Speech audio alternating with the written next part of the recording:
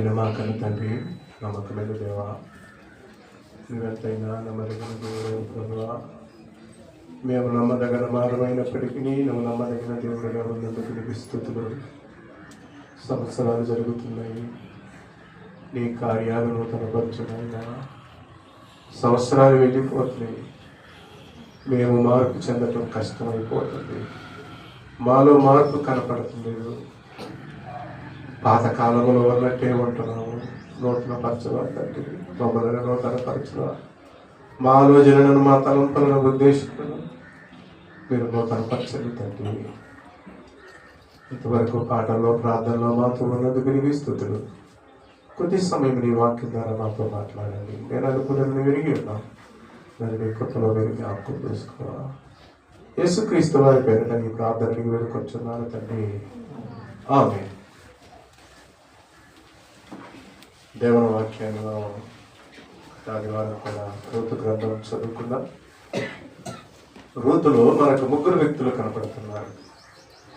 ఈ మాటను మీరు జాగ్రత్తగా గమనించాలి, రాసుకోవాలి, ఆలోచించాలి. రూతులో ఎంతమంది కనపడుతున్నారు మనకి? 3 వ్యక్తులు.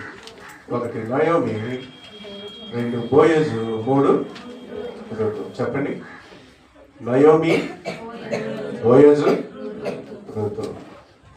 ఈ 3 గుర్తులు పెట్టుకోండి.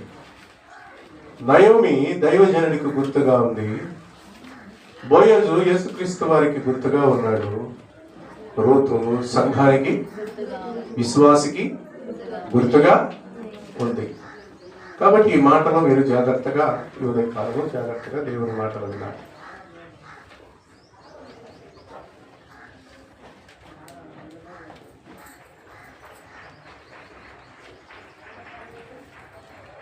రూతు తన అత్తతో అంటుంది, నీ సెలవైతే 2వ వచనం, నేను పొలములోనికి పోయి ఎవని కటాక్షము పొందగలనో వాని వెనుక పరిగె ఏరుకుందని నయోమితో చెప్పగా ఆమె నా కుమారి పొమ్మని. జాగ్రత్తగా ఇక్కడ దేవుని మాటలు వినాలి. కాబట్టి ఆమె వెళ్ళి పొలంలోనికి వచ్చి మరి ఆ పరిగె ఆమె ఏరుకుంటం ప్రారంభించింది. పొలము సంఘానికి గుర్తుగా ఉంది. మీరు జాగ్రత్తగా దేవుని మాటలు వినాలి. పొలములో గింజలు ఏరుకుంటాకు వచ్చింది, పరిగెరుకుంటాకు వచ్చింది రూతు. ఈమె మోయాబురాలు, ఒక హిందూ కుటుంబం నుంచి వచ్చింది, విగ్రహారాధన కుటుంబం నుంచి వచ్చింది. గత వారం కూడా దేవుని మాటలు వినాలి.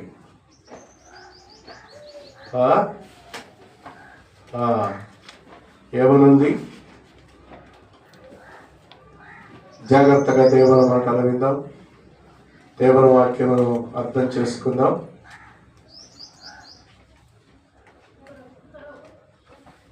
పదవ వచనం,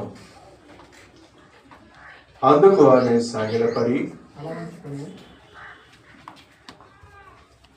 తల వంచుకొని, ఏమి తెలిసి పరదేశినైన నా యందు లక్ష్యముంచునట్లు నీ కటాక్షమ కలిగెనో అని చెప్పగా బోయజు మాట్లాడదు, నీ పెనిమిటి మరణమైన తర్వాత నీవు నీ అత్తకు చేసినదంతయు నాకు తెలియబడిను.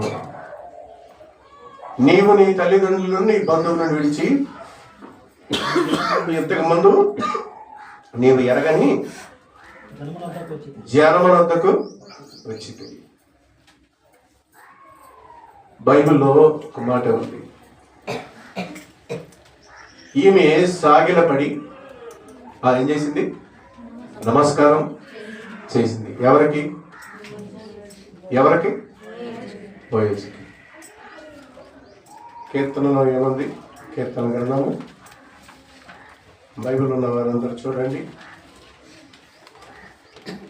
కీర్తన గ్రంథము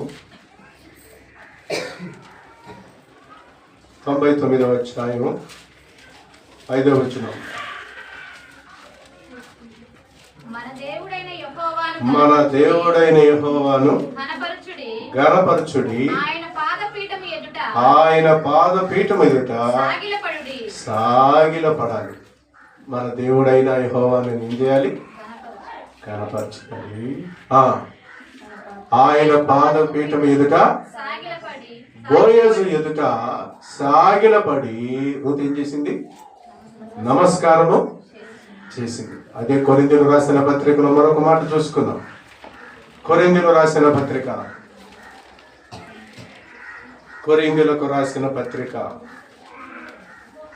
11వ అధ్యాయము 1 కొరింథీయులకు రాసిన పత్రిక 11వ అధ్యాయము 4, 5, 6 వచనాలు చదువుకుందాం. ఏ పురుషుడు తల మీద ముసుగు వేసుకుని ప్రార్థన చేయును లేక ప్రవశించును, ఆ పురుషుడు తన తలను, అంటే పురుషుడు ఎప్పుడు కూడా తల మీద ముసుగేసుకోకూడదు, తలను అవమానపరిచిన వాడు అవుతాడు. ఏ స్త్రీ తల మీద ముసుగు వేసుకొనక ప్రార్థన చేయును లేక ప్రవశించును, ఆ స్త్రీ తన తలను అవమానపరచును, ఏలైనగా అది ఆమెకు క్షౌరము చేయబడినట్టుగానే ఉండును. స్త్రీ ముసుగు వేసుకొనని ఎడల ఆమె తల వెంట్రుకలు కత్తిరించుకోవాలి అని అన్నాడు. జాగ్రత్తగా దేవుని మాటలు వినాలి. ముసుగేసుకున్న స్త్రీ ఎక్కడుంది బైబిల్లో? ఆదికాండము 24వ అధ్యాయంలో ఉంది. ఎవరామె? రిబకా. ఎవరిని చూసి ముసుగేసుకుంది? ఇస్సాకును చూసింది. ఎందుకని? అతడు నా యజమానుడు, నన్ను పరిపాలించేవాడు, నన్ను పాలించేవాడు, నా భర్త. కాబట్టి తన భర్త ముందు ఏం చేసింది ఆమె?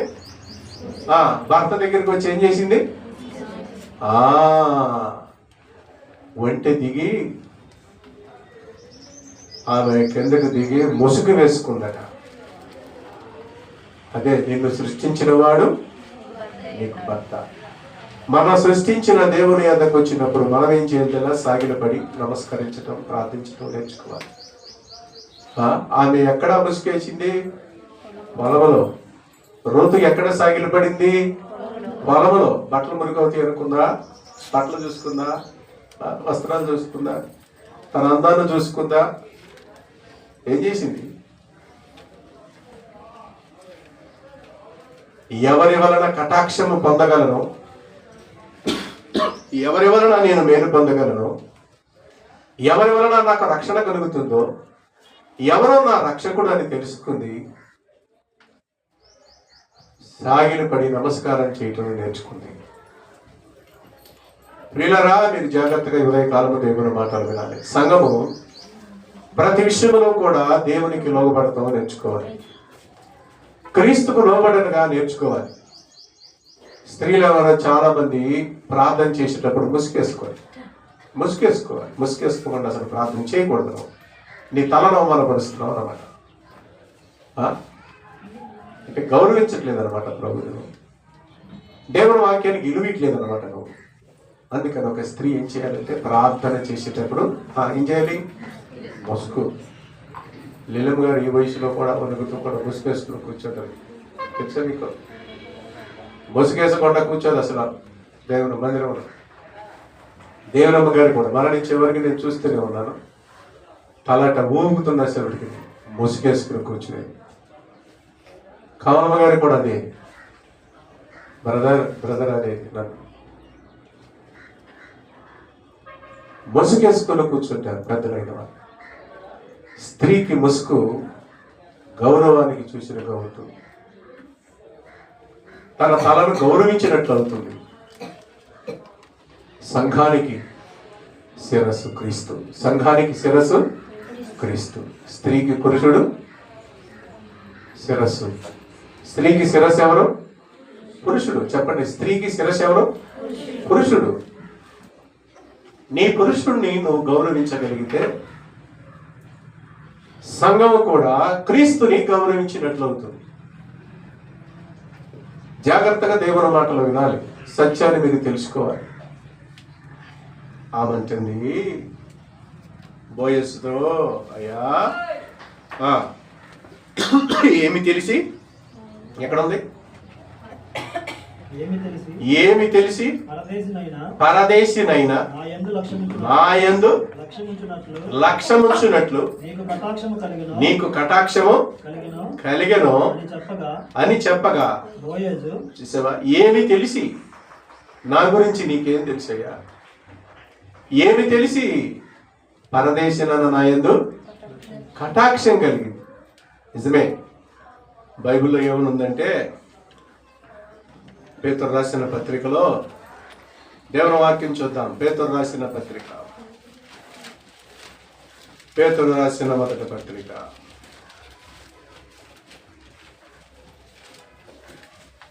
పేతురు రాసిన మొదటి పత్రిక, పేతురు రాసిన మొదటి పత్రిక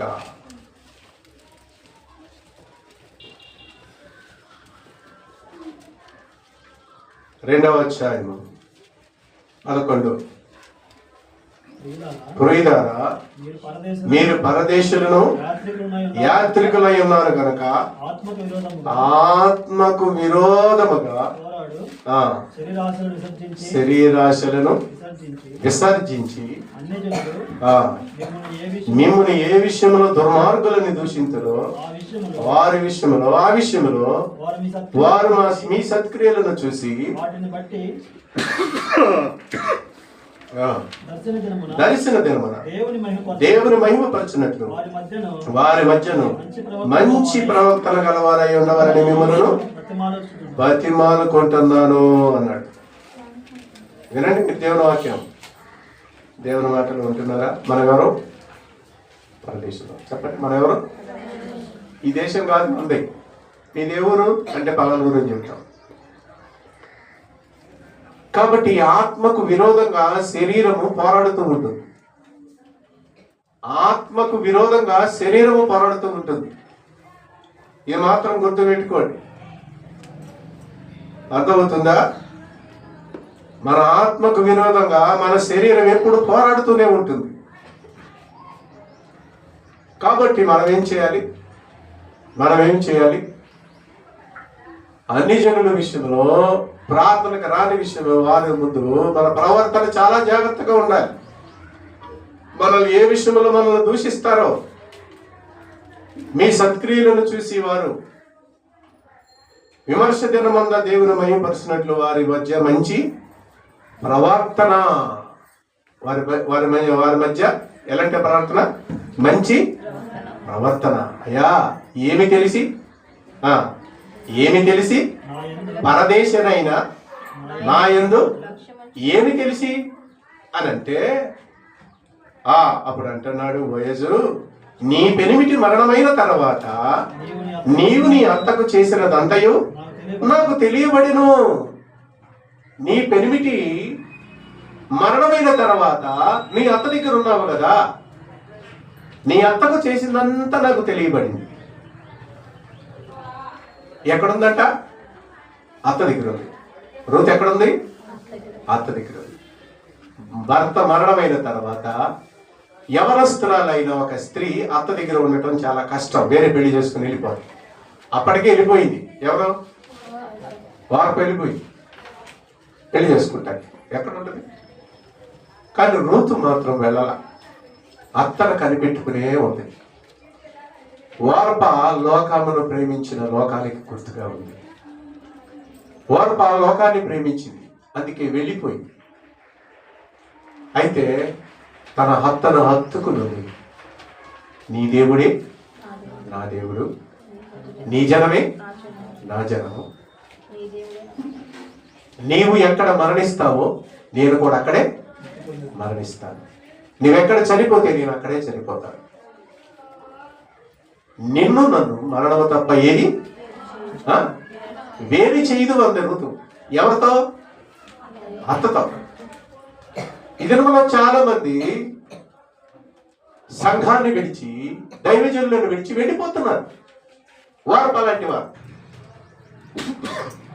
కనపడకుండా పోతున్నారు. వాళ్ళ ఇష్టానుసారంగా లోకాన్ని ప్రేమించి వెళ్ళిపోతున్నారు. అది కరెక్ట్ కాదు. మహేష్ అన్నాడు, కుమారి వేరే పొలంలోకి నువ్వు ఏరుకోవద్దు, వెళ్ళి పొలంలోకి వచ్చావు కదా, ఈ పొలంలో నువ్వు ఏరుకో.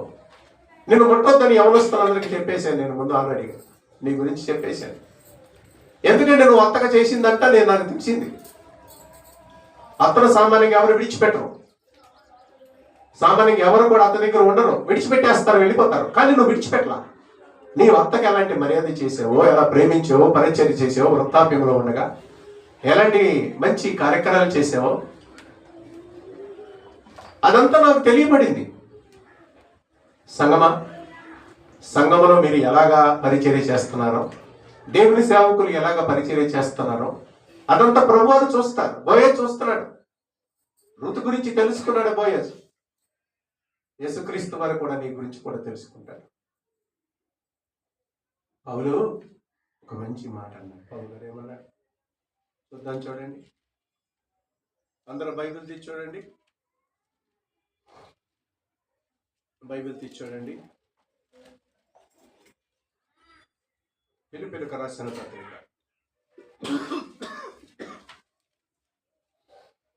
ఫిలిప్పీల సంఘస్థులతో పౌలు గారు 4వ అధ్యాయంలో ఒక మాట చెప్పాడు. ఫిలిప్పీల సంఘస్థులతో పౌలు గారు ఒక మాట చెప్పాడు. 15, 16, 17, 18 వచనాలు. ఫిలిప్పీలారా, సువార్తని నేను బోధింపకనారంభించి మాసిదోనియ నుండి వచ్చినప్పుడు ఇచ్చి విషయంలోను పుచ్చుకుని విషయంలోను మీరు తప్ప మీరు ఏ సంఘపు వారును నాతో పాలివారు కాలేదని చూసారా. ఫిలిప్పీల సంఘస్థులంట మాసిదోనియ నుండి పౌలు వచ్చినప్పుడు ఇచ్చే విషయంలో కానీ పుచ్చుకునే విషయంలో కానీ మరి ఏ సంఘపు వారు కూడా నాతో పాలివారు కాలేదు. మీరు తప్ప మరి ఏ సంఘపు వారు, మీరే ఇచ్చే విషయంలో కానీ, పుచ్చుకునే విషయంలో కానీ, దేవునికి ఇచ్చే విషయంలో కానీ, దేవుని యొద్ద నుండి మీరు పొందే విషయంలో కానీ అలాగా ఎప్పుడు కూడా అలాంటి వారు ఎవరు కనపడలేదు మీలాంటి వాళ్ళు అంటూ. ఏలయనగా దెస్సలోనికలో కూడా మీరు మాటి మాటికి నా అవసరతలు తీర్చుటకు, దెస్సలోనికలో ఉన్నప్పుడు కూడా పిలిపిలు పంపించేవాడు పౌలు గారికి సహాయం. నా అవసరతలు కూడా తీర్చేవాళ్ళు. దైవజనుడి యొక్క అవసరతలు తీర్చేది సంఘం. సంఘం ఏం చేయాలంటే దేవుని సేవకుల అవసరతలు కూడా తీర్చాలి. నేను ఈవిని అపేక్షించేలాగా చెప్పటలేదు. ఏంటో మీ ఈవిని అపేక్షించి ఆశించిన ఇలాగ చెప్పటలేదు. కానీ మీ లెక్కకు విస్తార ఫలము కావాలని రావాలని అపేక్షించి, మీ లెక్కకు విస్తారమైన ఫలం మీకు రావాలి, ఆశీర్వాదం రావాలి అంటే నువ్వు దేవుని సేవకులకు సహాయం చేశారు. మీరు నాకు సమస్తమును సమృద్ధిగా కలిగి ఉన్నది. మీరు పంపిన వస్తువులు ఎపగ్రోతు వలన పుచ్చుకొనినా ఏమీ తక్కువ కాలేదు లేక ఉన్నాను. అవి మనోహరము సువాసనయు దేవునికి ప్రీతికరమైన ఇష్టమునైన యాగమునై ఉన్నవి. చూసావా? అలాగే మీరు నాకు కొన్ని వస్తువులు పంపించారు కదా. పౌలు గారి కంట ఫిలిప్పీల సంఘస్థులంట ఎక్కడికి వెళ్ళినా కొన్ని వస్తువులు ఆయన అవసరాలు తీర్చడం కోసం కొన్ని తీసుకుని ఇచ్చేవాడు. ఆయనకి ఏమి కావాలి, ఏం అవసరతలు కావాలి, పరిచర్యకి వెళుతున్నాడు, దేవుని సేవకి వెళుతున్నాడు, ఖర్చు పెడుతున్నాడు, ఖర్చు కావాలి కాబట్టి ఇస్తా ఉండే పరిచర్య చేస్తా ఉండాలి. ఈ ఫిలిప్పీల సంఘము పౌలు అంటాడు, మీ ఈవిని ఏదో మీకున్న దాన్ని నేను ఆశించేలాగా చెప్పట్లా. ఎందుకు చెప్తున్నానో తెలుసా? మీ లెక్కకు మించిన విస్తారమైన ఆశీర్వాదం మీకు రావాలి. నీకు లెక్కకు ఎలాగ నువ్వు చేస్తున్నావో నీ లెక్కకు మించి ఆశీర్వాదం నీకు వస్తుంది. అలాగా మీరు చెయ్యాలి అన్నాడు. రూతు తన అత్తకు చేసిందంతా ఎవరు చూశారు? బోయజు చూశాడు. దేవుని సేవకులకు సంగము చేసేదంతా ఎవరు చూస్తారు? దేవుడు చూస్తాడు. ఈ సత్యాన్ని మనం తెలుసుకోవాలి, దేవుని వాక్యం అర్థం చేసుకోవాలి. నువ్వు నీవు ఎప్పుడు కూడా సహాయకులుగా ఉండటం మీరు నేర్చుకోవాలి. సంఘానికి, సహవాసానికి, దేవుని సేవకులకు పరిచర్య చేయటం మనం నేర్చుకోవాలి. మనం చెయ్యం. అందుకే మన జీవితంలో ఆశీర్వాదం అనేది మనకు రావడం. నీ అంతగా చేసిందంతా నాకు తెలియబడింది, తెలియకున్నాను, తెలుసుకున్నాను. అందుకే బైబిల్లో ఉంది కదా, నీవు నా నడకను నా పడకను పరిశీలన చేస్తున్నావయ్యా. నేను కూర్చోడుట, నేను లేచుట నీకు తెలియను అని అంటున్నాడు. మనకు తెలుసు, మనం చేసేదంతా ప్రభువుకు తెలుసు. మన ఆలోచనలో తెలుసు, మన నడవడి తెలుసు, మన ఉద్దేశాలు దేవునికి తెలుసు. నీవు ఏం చేస్తున్నావో, ఎలాగ ప్రార్థన చేస్తున్నావో, ఎలాగ నడుచుకుంటున్నావో, వాక్యానుసారంగా నడుచుకుంటున్నావా లేదా ప్రభువుకు తెలుసు. ఇలా దేవుని బిడ్డలారా, జాగ్రత్తగా దేవుని మాటలు వినండి. ఏం చేస్తున్నారు మీరు? మీకు రావాలంటే, విస్తారమైన దీవెన రావాలంటే సహాయకులుగా మీరు ఉండాలి, సహాయనంటులుగా మీరు ఉండాలి. ఇంకో సంగతి మీకు తెలుసా? ఋతువు ఏం చేసిందో చూద్దాం. ఋతు గ్రంథం, బైబిల్ ఉన్న వారందరూ చూడండి. ఋతు గ్రంథం 2వ అధ్యాయంలోనే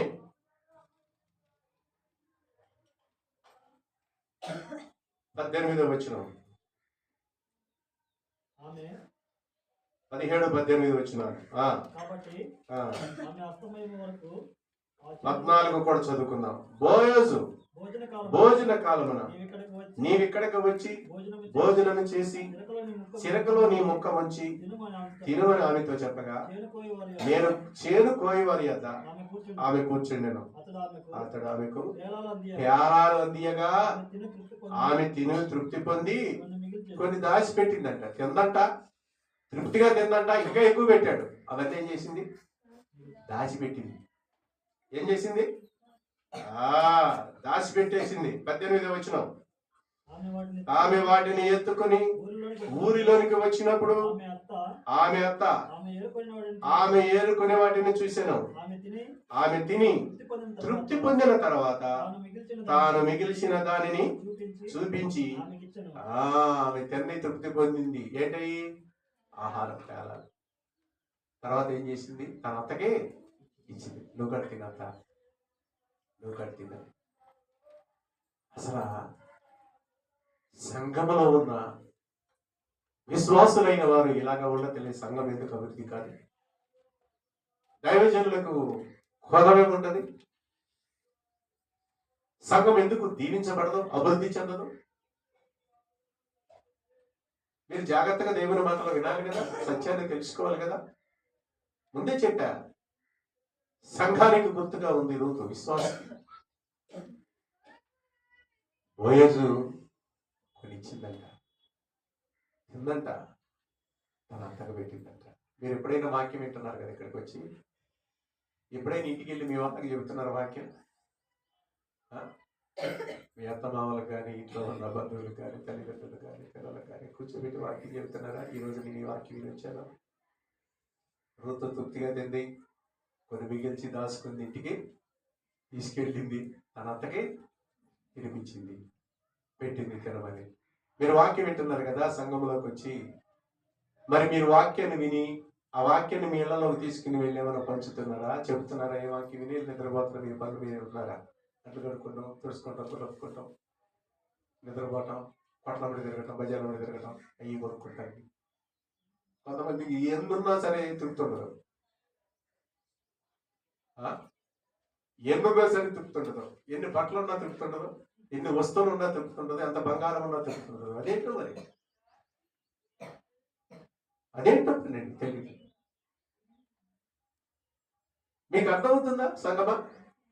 ఒక విశ్వాసిగా నువ్వు ఎలాగ ప్రవర్తిస్తున్నా, మీరు ఎలాగ జీవిస్తున్నారు? బోయజుకు తెలియపడుతుంది ఋతు సంగతి అంతా. ఋతు చేసేదంతా బోయజు తెలుసుకుంటున్నాడు. నీవు తెలిసే సంఘంలో ఉన్న ప్రతి విశ్వాసి మీరు చేసేదంతా ప్రభు చూస్తున్నాడు, ప్రభు తెలుసుకుంటున్నాడు.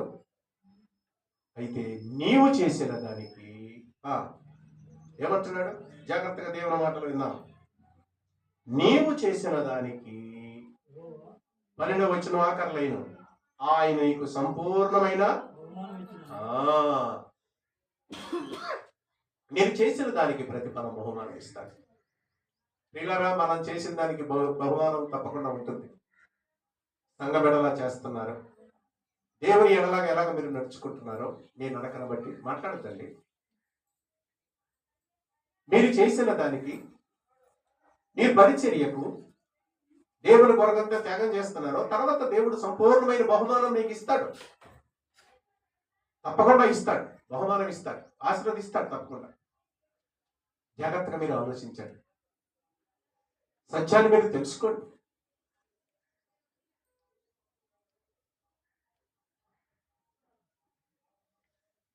బోయిజ్ ఎక్కడి నుంచి వచ్చాడు? బోయిజ్ ఎక్కడి నుంచి వచ్చాడు? బోయిజ్ ఎక్కడి నుంచి వచ్చాడు? ఎక్కడికి వెళ్ళాడు?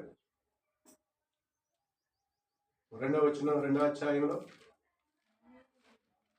బోయజు ఎక్కడి నుంచి వచ్చాడు? 4వ వచనం, బోయజు బెత్లెహేము నుండి వచ్చాడు. చూసారా, ఎక్కడి నుంచి వచ్చాడు? చెప్పండి, బోయజు ఎక్కడి నుంచి వచ్చాడు? అందరూ చెప్పండి, ఎక్కడి నుంచి వచ్చాడు? బెత్లెహేము అనగా రొట్టెల ఇల్లు, ఆశీర్వదించబడిన పట్టణం, దేవుడు కోరుకున్న ఇల్లు, దేవుడు కోరుకున్న ప్రాంతం, ప్రార్థన పనులు ఉండే స్థలం, దేవుని సన్నిధి ఉండే స్థలం. అక్కడి నుంచి వచ్చాడు పోలీసు. ఎక్కడికి వచ్చాడు? పొలంలోనికి వచ్చాడు. పొలం ఎవరిది? అయిందే. చెప్పండి, పొలం ఎవరిది? అయిందే. నువ్వెవరు? సంఘం. నువ్వు విశ్వాసివి. నువ్వు ఎవరు వారం? ఆయన తన స్వరక్తం ఇచ్చి కొన్నాడు. ఈ సంఘాన్ని ఎవరు కొన్నారు? తన రక్తం ఇచ్చి కొన్నాడు. నీవు ఆయన సొత్తు, నీవు నీ సొత్తు కాదు. మన సొత్తు కాదు, దేవుని సొత్తు, యేసుక్రీస్తు వారి సొత్తు. ఆయన ఏం చేశాడు? నిన్ను తన రక్తం ఇచ్చి కొన్నాడండి. తన రక్తం ఇచ్చి నిన్ను కొన్నాడు, తన సొత్తుగా చేసుకున్నాడు.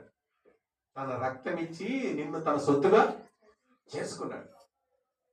ఒకప్పుడు పాపానికి, లోకానికి బానిసైన నిన్ను, శత్రువులకు బానిసైన నిన్ను తన రక్తము చేత విమోచించి, కడిగి, పరిశుద్ధపరిచి, నీతిమంతురాలుగా మిమ్మల్ని చేసి తన సొత్తుగా, తన ప్రజలుగా నిన్ను చేసుకున్నాడు.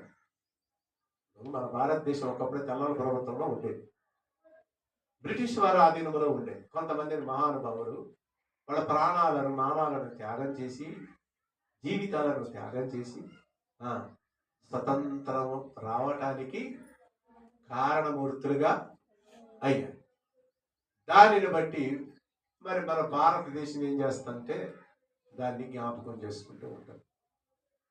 తెల్లోడి చేతుల్లో నుంచి నల్లోడి చేతుల్లోకి వచ్చింది. తెల్లోడి చేతుల్లో ఉన్నంతకాలమే బాగుంది. ఈ నల్లోడి చేతుల్లోకి వచ్చిన నుంచి మరీ ఘోరం అయిపోయింది. అప్పుడన్నా కొంచెం భయభక్తులతో ఉన్నారు. మాకు కావాలి, మాకు కావాలి, మాకు కావాలి, స్వతంత్రం కావాలి, స్వతంత్రం కావాలనుకున్నారు. తెచ్చారు. స్వతంత్రం ఎక్కడుంది? ఆడపిల్ల రోడ్డు తిరగడానికి అవకాశం ఉందా? ఏకాంతంగా వెళ్ళడానికి ఎక్కడానికి అవకాశం ఉందా? ఉద్యోగానికి వెళ్ళడానికి అవకాశం ఉందా? ఎక్కడ ఉద్యోగం చేయటానికైనా, మద్రాసులో అయినా, బెంగళూరులో అయినా, హైదరాబాద్లో అయినా ఎక్కడెక్కడికి వెళ్తున్నారు? బిడ్డలు అమెరికా అయినా వెళ్తున్నారు. దేశాలలో ఉద్యోగం, తల్లిదండ్రులు విడిచిపెట్టి ఉద్యోగాలకు వెళ్తున్నారు. కానీ వాళ్ళకి అవకాశం ఉందా? ఎక్కడుంది స్వతంత్రత? ఎక్కడొచ్చింది? ఎక్కడొచ్చింది? స్వతంత్రతే రాలా, ఉట్టిదే. వచ్చిందా? ఎక్కడ వచ్చింది? స్వేచ్ఛగా బ్రతకడానికి హక్కు ఎక్కడి నుంచి వచ్చింది? భయంతో బతకాల్సి వస్తుంది. మెల్ల గుడి చెవుల్లోకి పోతాడా? జేబులో డబ్బులు ఎవరు కొట్టేస్తాడా? సెల్లు పొడి ఎవరు లాగేసుకుంటాడా? బైకులు ఎవరు దొంగతనం చేస్తాడా? ఎక్కడ పెడితే దానికి లాక్ వేయాల్సి వస్తుంది. స్వతంత్రత ఎక్కడుంది? మీరు చెప్పండి, ఎక్కడుందండి స్వతంత్రత? దోపిడి దొంగలు ఎక్కువైపోయారు. ఎక్కడ చూసినా లంచగొండి ప్రభుత్వం అయిపోయింది. లంచాలు లేకుండా ఎక్కడ కూడా కార్యం జరగట్లా. లంచం ఇస్తే ప్రభుత్వ అధికారులైనా వాళ్ళు డబ్బులు ఎంత జీతం వస్తున్నా సరే లంచం కావాలి. ఈ రకంగా తయారయ్యారండి. స్వతంత్రం ఎక్కడొచ్చింది? దేనికోసం చేసుకునే అవసరం లేదు, అసలు రాలా. అయితే బైబిల్లో గలతీయులకు రాసిన పత్రికలో ఒక మంచి మాట ప్రభు మన కొరకు రాసి పెట్టారు. గలతీయులకు రాసిన పత్రిక చూస్తున్నాను. గలతీయులకు రాసిన పత్రిక 5వ అధ్యాయము 1వ వచనం.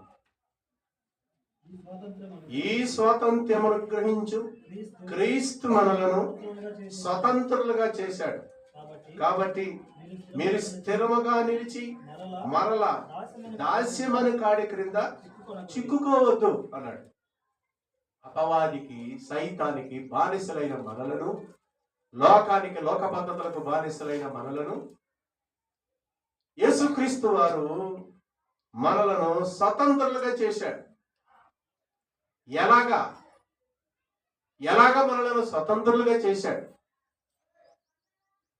ప్రకటన గ్రంథం 1వ అధ్యాయం 6వ వచనం. ప్రకటన 1:6. త్వరగా. మనలను ప్రేమించుచు తన రక్తము వలన మన పాపముల నుండి మనలను విడిపించిన వానికి మహిమయు ప్రభావమును యుగయుగములు కలుగును గాక. ఆమేన్. ఆయన మనలను తన తండ్రియగు దేవునికి ఒక రాజ్యముగాను యాజకులుగాను చేసేశాడు. మనల్ని ఏం చేశాడు యేసు ప్రభు? ఏం చేశాడు? మన పాపము నుంచి మనల్ని విడిపించాడు. ఏమి చేత? తన రక్తము వలన, రక్తము చిందించుట ద్వారా. ఆయనకి మహాప్రభావాలు కలగాలి. తన రక్తంను ప్రాణం పెట్టడం ద్వారా, రక్తం చిందించాలి. మనల్ని స్వతంత్రంగా చేసేసాడు యేసు ప్రభు వారు. మళ్ళీ ఏం చేశాడు? ఆయన మనలను తన తండ్రి యొక్క దేవునికి ఒక రాజ్యముగాను యాజకులుగా చేసేసాడు. తన అమూల్యమైన రక్తం చేత మనలను విమోచించాడు, కడిగి పరిశుద్ధపరిచాడు, మనల్ని పరిశుద్ధులుగా చేశాడు, నీతిమంతులుగా చేశాడు యేసు ప్రభు. అందుకే మనం ఎవరు కీడు చేయం. క్రైస్తవుడు ఎవరు కీడు చేయడు. కీడులో పడతాడేమో కానీ కీడు మాత్రం చేయడు. దెబ్బలు తింటాడేమో కానీ ఎవరు కొట్టడం. దూషించబడతాడేమో కానీ ఎవరు దూషించలేడు. క్రైస్తవుడు అంతే. ఎవరు కీడు చేయడు. క్రైస్తవుడు ఎవరు కీడు చేయడు. తాను నష్టపోయినా ఎదటి వారిని బాగుండేటట్టు కోరుకునేవాడే క్రైస్తవుడు. ఎదటి వారు బాగుండేటట్టు కోరుకునేవాడే క్రైస్తవుడు. చూడండి, క్రీస్తు మనల్ని ఎలా చేశాడు? తన తండ్రి అయిన దేవునికి రాజ్యముగా చేసేశాడు. అందుకే ఫెలోషిప్ సహవాసంలో పరలోక ప్రార్థన చేయరు. తెలుసా మీకు? ఎక్కడో అక్కడక్కడ ఎవరో చేస్తూ ఉంటే నేను విన్నా. పరలోక ప్రార్థన చేయరు. మీరు ఎందుకు పరలోక ప్రార్థన చేయరు అని అడిగారు నన్ను. లాస్ట్గా చేస్తూ లాస్ట్కి ఏమనాలి? నీ రాజ్యము, చెప్పండి, నీ రాజ్యము, వాళ్ళందరూ చెప్పండి, నీ రాజ్యము వచ్చు. రాజ్యం వచ్చిందా రాలేదా? మరి ఇంకా వచ్చుడుగా కానీ ఏమైనా ప్రార్థన చేద్దాం. ఆయన రాజ్యానికి మనం వారసులం అయిపోయాం ఆల్రెడీగా. స్వతంత్రించాడు, మనం స్వతంత్రులుగా తీసుకున్నాడు. తన రాజ్యానికి వారసులుగా చేశాడని ప్రకటన కింద ఒకటి చదువుకున్నాం. తన తండ్రి అయిన దేవునికి మనలను ఒక రాజ్యముగాను యాజకులు చేసేసాడు. ఆల్రెడీకి మనం ఆ రాజ్యంలో ఉన్న తర్వాత ఇంకా రాజ్యం వచ్చాడు కాకండి. మనమేమో ప్రార్థన చేద్దాం. ఇంకా దానిల గారికి వరం ఇయ్యలేదంట. దానిల గారికి ఇయ్యలేదంట. దానిల గారికి పరలోక ప్రార్థన చేయలేదంట. దీనికి తర్కం జరిగింది చాలా మంది. ఓన్లీ బాప్టిస్టులు మాత్రమే ఇవి ఎక్కువగా ప్రార్థన చేస్తారు దీని విషయమే. ఎందుకంటే ఉన్నది ఉన్నట్టు నేర్చుకున్నది నేర్చుకున్నట్టే బోధిస్తారు. అంతేగాని జీవించటం కష్టం. దాని అర్థం తెలియదు వాళ్ళకి. వచ్చేసింది ఆల్రెడీగా. ఆయన రాజ్యంలో మనం ఉన్నాం. తెలుసా? బైబిల్ మీరు తెలుసుకోండి, సత్యం తెలుసుకోండి. క్రీస్తు మనల్ని స్వతంత్రులుగా చేసేసాడు. యశుప్రభాది అన్నాడు. ఏమన్నాడు తెలుసా? నేను వచ్చే వరకు, దేవుని రాజ్యం వచ్చే వరకు ఇక్కడ ఉన్న వాళ్ళ కొంతమంది మరణాన్ని రుచి చూడని అన్నారు. ఎప్పుడు 2010 సంవత్సరాల క్రితమే, 20 సంవత్సరాల క్రితం ప్రభు చెప్పాడు ఈ మాట. 2024 సంవత్సరాల క్రితమే యేసుప్రభు అన్నాడు. ఏమన్నాడు? దేవుని రాజ్యం బలముతో వచ్చుట చూసే వరకు ఇక్కడ ఉన్న వారు కొంతమంది మరణాన్ని రుచి చూడన్నారు. 2000 సంవత్సరాలు, 2024 సంవత్సరాలు ఎవరైనా బతికిన ప్రాక్టికల్ బైబిల్ ఎక్కడ ఉందా? ఎక్కడ లేదు. అంటే ఇప్పుడు స్వతంత్రం వచ్చి రాజ్యం వచ్చిందా రాలేదా? వచ్చే వరకు వీళ్ళు ఇక్కడ బతుకుంటారు అన్నాడు. చచ్చిపోరు అన్నాడు. వచ్చింది కాబట్టి ఎప్పుడు వచ్చింది? ఆయన తన రక్తమును చిందించినప్పుడు, తన ప్రాణం పెట్టినప్పుడు రాజ్యం ఇచ్చింది. అందుకే రాజ్యం కోసం పరలోక ప్రార్థన చెప్పాడు యేసు ప్రభు. నీ రాజ్యం వచ్చినగా కానీ ప్రార్థన చేయండి, మీ రాజ్యం వచ్చినాక ప్రార్థన చేయండి. ఎప్పుడు వచ్చింది రాజ్యం? ఆయన తన రక్తమును చిందించినప్పుడు కట్టేశాడు రాజ్యాన్ని. ఆ రక్తంలో మనం అందరం కడగబడ్డాం, ఆ రాజ్యంలో మనం అందరం ఉన్నాం, దేవుని బిడ్డలుగా ఉన్నాం. ఈ రాజ్యాన్ని, ఏ రాజ్యాన్ని? నిన్ను, నన్ను, సంఘాన్ని, తన రక్తం ఇచ్చిన ఈ సంఘాన్ని 15వ అధ్యాయం కొరింథీయుల మొదటి పత్రికలో రాశాడు దాని గురించి.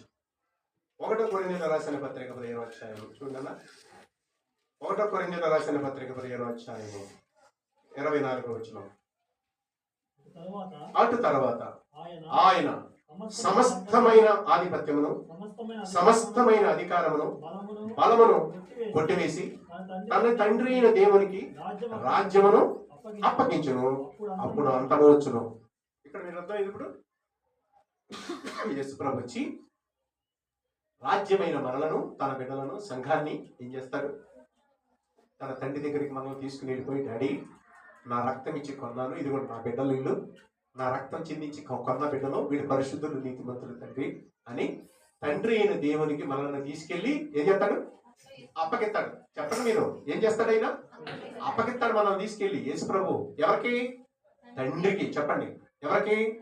తండ్రికి. యేసేపు ఏం చేశాడు? తన బిడ్డలను తండ్రి అందుకు యాకోబు దగ్గరికి తీసుకెళ్ళాడు. దేనికి? ఆశీర్వదించడానికి.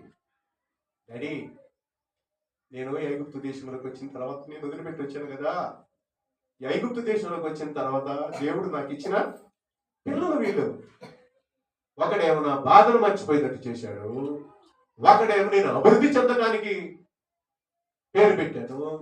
మనసే అంటే నా బాధను మర్చిపోయాను, ఎఫ్రాయిం అంటే నేను అభివృద్ధి చెందాను. డాడీ ఇదిగో నా ఇద్దరు కుమారులను యేసేపు ఏం చేశాడు? ఎక్కడ తీసుకెళ్ళాడు? యాకోబు దగ్గరికి తీసుకెళ్ళాడు ఆశీర్వదించమని. అర్థమవుతుందా? యేసుప్రభు కూడా ఏం చేస్తాడు తెలుసా? నిన్ను, నన్ను తన రక్తం చేత కడిగిన నిన్ను, తన రాజ్యానికి వారసులుగా చేసే మనలను, తన రాజ్యమైన నిన్ను, తన సంఘంలో ఉన్న నిన్ను ఎక్కడ తీసుకెళ్తాడు? తండ్రి ఎందుకు తీసుకెళ్ళిపోతాడు. ఎక్కడి నుంచి వచ్చాడు? బోయజు బెత్లెహేము నుంచి వచ్చాడు. ఎక్కడికి వచ్చాడు? పొలంలోకి వచ్చాడు. ఎవరిని చూశాడు? రూతును చూశాడు. రూతును చూశాడు. రూతును చూశాడు. ఆహారం పెట్టాడు, పేలాలు అందించాడు, తన చెంత చేర్చుకున్నాడు, ప్రేమించాడు, ఇన్ని చేశాడు. తర్వాత నయోమి దైవజనుడిగా గుర్తుకుంది. నయోమి ఏముందో తెలుసా? అక్కడే 4వ అధ్యాయం 3వ అధ్యాయం మొదట వచ్చినాం. 3వ అధ్యాయం ఋతు గ్రంథం మొదట వచ్చినాం. ఆమె అత్త అయిన నయోమి, నా కుమారి నీకు మేలు కలుగునట్లు నేను నీ కొరకు విశ్రాంతి విచారించవలసిన దానను కదా. ఎవరి పనికర్తలు ఎంత నువ్వు ఒంటిగా ఉంటివో ఆ బోయజు మనకు బంధువుడు. ఇదిగో ఈ రాత్రి అతడు కళ్ళమన ఎవరి తూర్పార పట్టబోచున్నాడు. నువ్వు స్నానం చేయి, తైలం పూసుకో, బట్టలు కట్టుకుని బట్టలు కట్టుకో, కళ్ళం దగ్గరికి వెళ్ళు, అతను అన్న పాలమును పుచ్చు వరకు దాగిండు, అతనికి మరుగయ్యుండు, అక్కడికి వెళ్ళు, నువ్వు ఆయన దగ్గరికి వెళ్ళు. కళ్ళమునగా తీర్పు దినం, కళ్ళమునగా తీర్పు దినం. ఆయన తన కళ్ళమును, మత్తయి రాసిన సువార్త, బైబిల్ ఉన్న వాళ్ళందరూ చూడండి, 3వ అధ్యాయము, మత్తయి రాసిన సువార్త 3వ అధ్యాయము 12వ వచనం. ఆయన చేతిలో ఉన్నది, ఆయన తన కళ్ళమును బాగుగా శుభ్రము చేసి గోధుమలను కొట్టులో పోసి అగ్నితో పొట్టును కాల్చివేనని. యేసు ప్రభు ఎవరు? పరలోకం నుంచి వచ్చాడు ఈ లోకానికి, నిన్ను, నన్ను, తన సంఘాన్ని తన చెంతకు చేర్చుకుంటాడు. కడమార్చిని తీర్పు రోజున నిన్ను, నన్ను తన చెంతకు చేర్చుకుని మిగతా గురువులను అగ్నితో కాల్చివేస్తాడు. తన కళ్ళమును శుభ్రం చేస్తాడు. తీర్పు రోజున ఎవరిని ఎలాగో నీతిమంతులను అనీతిమంతులను వేరుపరుస్తాడు. నీతిమంతులను అనీతిమంతులను యేసుప్రభు ఏం చేస్తాడు? వేరుపరుస్తాడు, వేరువేరుగా చేసేస్తాడు. ఆ రోజున తీర్పు జరుగుతుంది. అందుకే నాకు మరి నేను నీకు విశ్రాంతి చూడాలి కదా, బోయజు దగ్గరికి నువ్వు వెళ్ళిపోవాల్సిందే. ఒక దైవజనుడుగా నయోమి తన కుమార్తె అయిన తన కోడలైన రూతుని బోయజు దగ్గరికి పంపిస్తుంది. విశ్రాంతి కొరకు రెస్ట్ తీసుకోమా అని. ఇలాగా దైవజనుడిగా నేను మిమ్మల్ని వాక్యముతో పోషించి పెంచి ప్రభు యొక్క రాకడ కొరకు మిమ్మల్ని సిద్ధపరచాలి. మనకు విశ్రాంతి అనేది చాలా అవసరం. ప్రభు దగ్గరికి మనకు విశ్రాంతి ఎక్కడుంది? నా ఎద్దకు రండి నేను మీకు విశ్రాంతి. ఏమన్నాడు? నా ఎద్దకు రండి నేను మీకు విశ్రాంతి. అయితే ఒక్క మాట చూసుకుని ముగించుకుందాం. ఏప్రిల్కు రాసిన పత్రిక, ఏప్రిల్కు రాసిన పత్రిక చూడన్నా. ఏప్రిల్కు రాసిన పత్రిక, ఏప్రిల్కు రాసిన పత్రిక 4వ అధ్యాయము 6వ వచనం. కాగా ఎవరో కొందరు విశ్రాంతిలో ప్రవేశించుదురన్నమాట నిశ్చయము గనక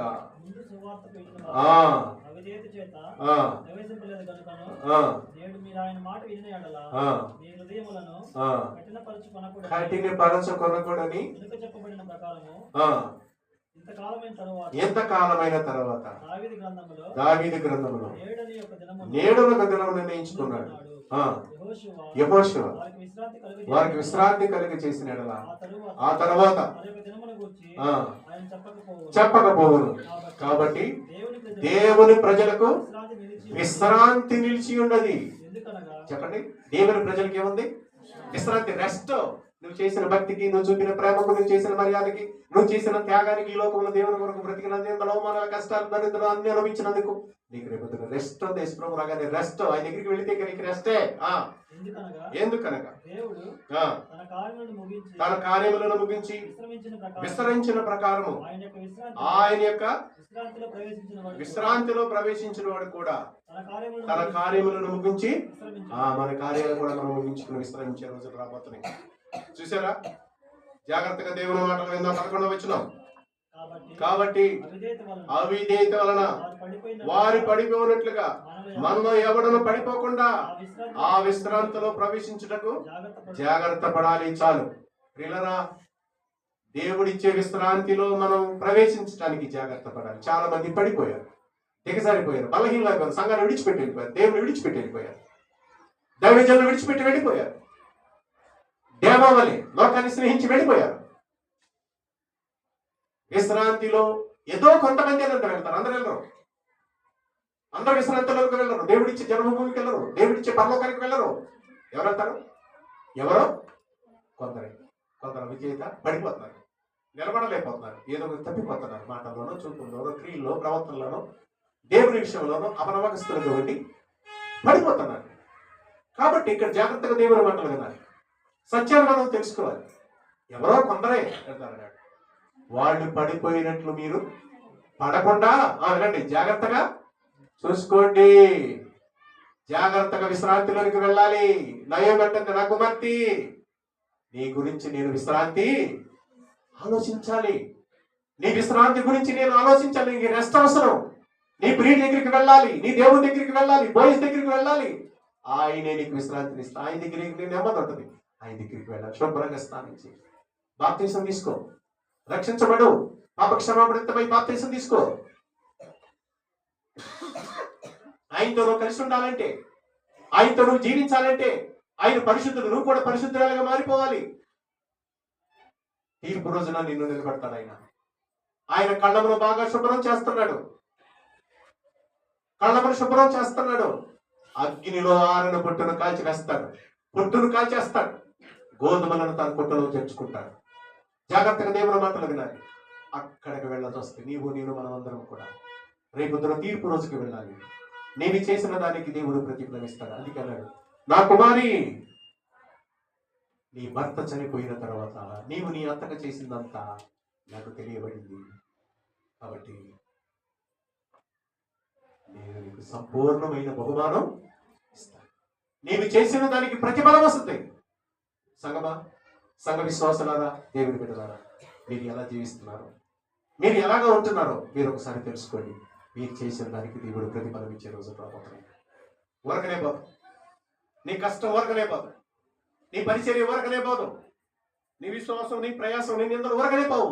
దాని ఫలితం రేపొద్దున ఉంటుంది. దేవుడు తప్పకుండా ఇస్తాడు, మిమ్మల్ని దీవిస్తాడు. జాగ్రత్తగా దేవుని మాటలు వినండి. ముందే చెప్పాను, నయోమిని దైవజనుడుగా, రూతుని సంఘానిగా, విశ్వాసిగా, బోయజుని యేసుక్రీస్తుగా. బోయజు కళ్ళమ దగ్గరికి వెళుతున్నాడు తూర్పార పట్టడానికి. అక్కడ గింజలు తూర్పు పట్టడానికి వెళుతున్నాడు. నువ్వు కూడా అక్కడికి వెళ్ళిపో, నువ్వు ఆయన దగ్గరికి వెళ్ళిపో అంటుంది అంత. వీళ్ళరా, యేసు ప్రభు పరలోకం నుండి రేపొద్దున రాబోతున్నాడు, తీర్పు తీర్చడానికి రాబోతున్నాడు. మనమందరం అక్కడికి వెళ్ళిపోవాలి, మనమందరం ఆ స్థలానికి వెళ్ళాలి. నీవు చేసిన దాన్ని బట్టి రేపొద్దున దేవుడు నీకు ప్రతిఫలం ఇస్తాడు. నువ్వేం చేస్తున్నావు, నువ్వు ఎలా చేస్తున్నావు, ఎలాగ జీవిస్తున్నావు, రేపొద్దున ప్రతిఫలం ఉంది. ఎవడు ఆ రోజున నిన్ను కాపాడలేడు. ఒక దైవజనుడిగా నేను మిమ్మల్ని ప్రభు యుద్ధకు నడిపించాలి, వాక్యంతో మిమ్మల్ని పోషించి ప్రభు యుద్ధకు మిమ్మల్ని నడిపించాలి. సంగమా, మీరు ఎలా ఉన్నారు? పరిశుద్ధులుగా, నీతిమంతులుగా ఉన్నారా? జాగ్రత్తగా ఉంటున్నారా? కొందరు మాత్రమే విశ్రాంతిగా ప్రవేశిస్తారు. చాలా మంది అవినీలు పడిపోయారు. మీరు అలా పడకుండా జాగ్రత్తగా కాసుకోండి. ప్రార్థన చేసుకుందాం. ఒక్క నిమిషం అందరూ తలలో వచ్చి ప్రార్థన చేసుకుందాం. తలలో ఉంచండి, ఒక్క నిమిషం అందరూ ఒక్క నిమిషం ప్రార్థన చేసుకుందాం. తలలో ఉంచండి, ప్రార్థన చేద్దాం. ప్రియ దేవుని బిడ్డలారా, మీరు ఎలా ఉన్నారు? మీరు ఎలా ఉన్నారు? మీరు ఎలా ఉన్నారు? మీరు ఎలా ఉన్నారు? మీరు ఎలా ఉన్నారు? ఒకసారి గమనించుకుందాం, ప్రార్థన చేసుకుందాం. నా కుమారి, నేను నీకు విశ్రాంతిని ఏర్పాటు చేయాలి. అది న్యాయము దేవునికి. నిన్ను యేసుక్రీస్తు వారి దగ్గరికి నిన్ను తీసుకుని వెళ్ళాలి. మిమ్మల్ని సంగమా, మీరు కడగబడాలి, పరిశుద్ధపడాలి. వాక్యముతో మిమ్మల్ని కడిగి పరిశుద్ధపరిచి క్రీస్తు న్యాయపీఠం దగ్గరికి మిమ్మల్ని తీసుకుని వెళ్ళాలి, నిలబెట్టాలి మిమ్మల్ని నిర్దోషులుగా. ఆయన తల కాళ్ళలో శుభ్రపరిచి 6 పొట్టును అగ్నిలో వేసి కాల్చేసే రోజులు రాబోతున్నాయి. ఆయన అక్కడికి వెళుతున్నాడు. నీవు నేను అక్కడికి వెళ్ళాల్సిన వారమై ఉన్నావు. ప్రార్థన చేసుకుందాం, ప్రార్థన చేసుకుందాం. నీవు నీ అంతగా చేసిందంతానని తెలుసుకున్నావు. దేవుని సేవకులు ఎలా ప్రేమిస్తున్నారు, పరిచర్య చేస్తున్నారు, దేవునికి తెలుసు. ఎలాగ దుఃఖ పెడుతున్నారో, బాధ పెడుతున్నారో, లేకపోతే ప్రేమిస్తున్నారో, పరిచర్య చేస్తున్నారో దేవునికి తెలుసు. దేవుని బిడ్డ, ప్రార్థన చేసుకుందాం, ప్రార్థన చేసుకుందాం. దేవుని మాటలు విన్నాం కదా, పరవంతరమైన రాజ్యంగా నిన్ను కొన్నాడు, తన రాజ్యముగా నిన్ను కొనుక్కున్నాడు. ఆయన వస్తున్నాడు, నిన్ను ఆ రోజున తీర్పు తీర్చి తన తండ్రి అయిన దేవుడికి తీసుకెళ్ళి అప్పగిస్తాడు. నువ్వు ఆయన రాజ్యంలో ఉన్నావు. నువ్వు అనుకుంటున్నావు ఆయన రాజ్యంలో ఉన్నావు, నీవు ఆయనతో ఉన్నావు. ఆయన రాజ్యానికి నేను వారసుడిగా చేసుకున్నాడు. ఆయన త్వరలో రాబోతున్నాడు. ఆయన త్వరలో రాబోతున్నాడు. తన తండ్రి దేవుడికి నేను అప్పగించడానికి వస్తున్నాడు. ఆయన పొట్టును కాల్చివేసి గోధుమలను తన కొట్టులో వేసుకుంటాడు. ప్రియదేవి బిడ్డ, నువ్వు ఎలా ఉన్నావు? పొట్టు వలే ఉన్నావా? గాలి చెదరగొట్టే పొట్టు వలే ఉన్నావా? నీతిమంతుల సభలో పాపాత్ముడు నిలబడడం ఉంది. నీతిమంతుల సభలో పాపాత్ముడు నిలబడడం ఉంది. దేవుని బిడ్డ, నీతిమంతుల సభ వస్తుంది, తీర్పు రాబోతుంది. ఆయన తూర్పార పట్టబోతున్నాడు నిన్ను. నువ్వెలా ఉన్నావు సహోదరి? రేపొద్దున గాలికి ఎగిరిపోయే పొట్టు వలే ఉన్నావా? సంఘములో నిలబడతావా? జాగ్రత్తగా ప్రార్థన చేసుకుందాం. పరిశుద్ధమైన మా కన్న తండ్రి, ఈ కొద్ది మాటలు మా హృదయంలో పనిచేయండి. నీ వాక్యాన్ని దీవించండి తండ్రి, నీ మాటలను దీవించండి తండ్రి. ఎవరు మేము పొట్టు వలె ఎగిరిపోకుండా, అగ్నిలో కాల్చబడకుండా, ప్రభు గట్టి గింజల వలె నిలబడి ఉండటానికి, నీ కొట్టులో మమ్మల్ని చేర్చుకుంటానికి నీ కృప చూపండి అయ్యా. నీ కార్యములు జరిగించుకోండి ప్రభు. దేవా, రేపొద్దున మా సంగతికి, మా భక్తి ఏంటో, మా పరిస్థితి ఏంటో రేపొద్దున తూర్పార పట్టబోతున్నాం. ఇప్పుడు బాగానే కనపడతావు, భక్తి పనులా కనపడతావు, అన్నింటిలో బాగానే ఉంటావు. రేపు తూర్పు పడితే తెలిసిపోతుంది, పొట్టు ఎవరో గింజలు ఎవరో తెలియదు. అప్పటిదాకా బ్రహ్మ మీ జాగ్రత్తగా ఉంటానికి కృప చూపండి. మీ వాక్యాన్ని దీవించండి. నేను అక్కడ కొరకు మమ్మల్ని సిద్ధపరచండి. యేసుక్రీస్తు వారి పేరటి ప్రార్థన వేడుకుంటున్నాను తండ్రి, ఆమేన్. అందరూ లేచి నిలబడదాం. ఇద్దరు ఆదివారం కాబట్టి మీ ప్రేమపూర్వకమైన కానుక మరి ప్రభుకి సమర్పించుకుందాం.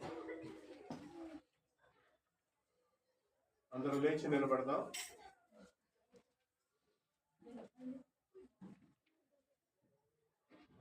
అందరం లేచి నిలబడదాం. మీ ప్రేమపూర్వకమైన కానుకలు ప్రభుకి సమర్పించుకుందాం.